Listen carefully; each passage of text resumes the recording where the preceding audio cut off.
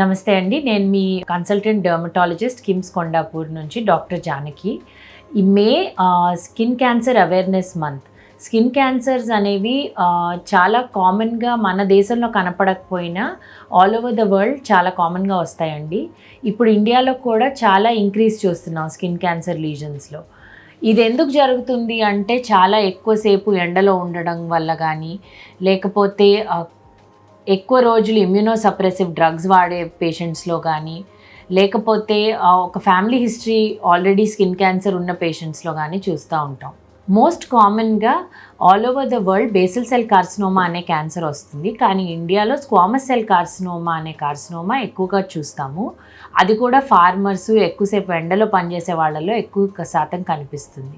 Melanoma అనే skin cancer కూడా ఉంటుంది, కానీ ఇండియన్స్లో చాలా తక్కువగా ఉంటుంది.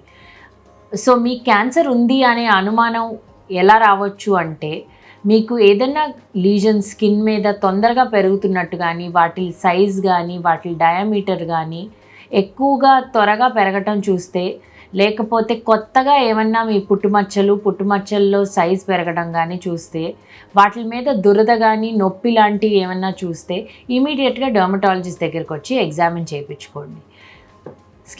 స్కిన్ క్యాన్సర్ని నివారించడానికి మనం బాగా ఎండలోకి వెళ్ళేటప్పుడు జాగ్రత్తలు తీసుకోవడం, టోపీలు లాంటివి, గొడుగులు లాంటివి, ప్రొటెక్టివ్ బట్టలు లాంటివి వేసుకోవడం, అది కాకుండా సన్ స్క్రీన్ పూసుకోవడం. ఎక్కువసేపు ఎండలో మీరు పీక్ ఎండలో పనిచేస్తుంటే మాత్రం కంపల్సరీగా సన్ స్క్రీన్ వాడుకోవడం చాలా ఉపయోగం. అది కాకుండా మీకు ఏదన్నా ఇటువంటి స్కిన్ మీద తేడాలు కానీ, గ్రోత్ కానీ కనిపిస్తే ఇమీడియట్గా డెర్మటాలజిస్ట్ దగ్గరికి వచ్చి అవి ఎగ్జామిన్ చేయించుకుంటే స్కిన్ క్యాన్సర్ ఎర్లీగా పట్టుకుంటే చాలా ప్రివెంటబుల్.